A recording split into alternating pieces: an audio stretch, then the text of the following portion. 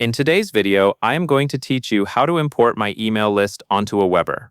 To begin, log into your Aweber account and make sure you are working in the correct list, since imports are applied to the list you currently have selected. Once you are in the right place, look at the main navigation and select Subscribers. From there, choose Add Subscribers. This is where Aweber lets you bring in new contacts in a controlled way. On the Add Subscribers page, click the option that says Import Multiple. This is the import tool for bringing in a group of contacts at once, instead of adding them one by one. Next, upload your contact data. You can upload a CSV or Excel file, or you can paste email addresses directly into the text box if that is easier for you. In most cases, a CSV file is the cleanest option, especially when you have both names and emails. Before you upload, it helps to make sure your file is organized with clear columns, so the import is smooth. After your file is uploaded or your contacts are pasted in, you will map your fields.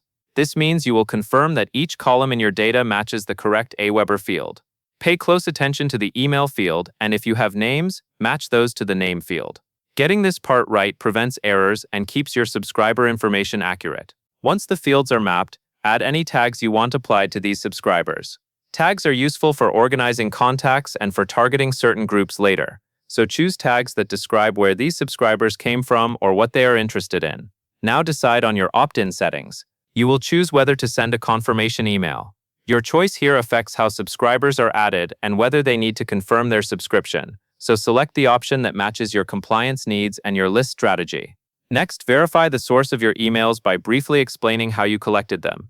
Keep it simple and honest, such as noting that they opted in through a form, a purchase, or an event sign-up. Finally, click Finish Import.